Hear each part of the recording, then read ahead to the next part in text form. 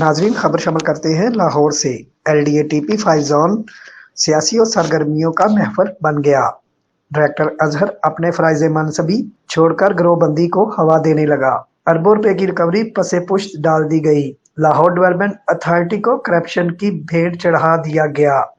तफसीलात के मुताबिक डायरेक्टर TP अजहर अली अपने फराइज मनसबी अदा करने की बजाय आला अफसरों के खिलाफ बेजाओ मनगढ़ंत सोर्स रिपोर्ट्स बनवाकर ब्लैकमेल कर रहा है, जबकि इसके एरिया 5 जोन में वाक़या कमर्शियल इमारतों के ज़िम्मे अरबों रुपए की फीसें अल्तवा का शिकार है।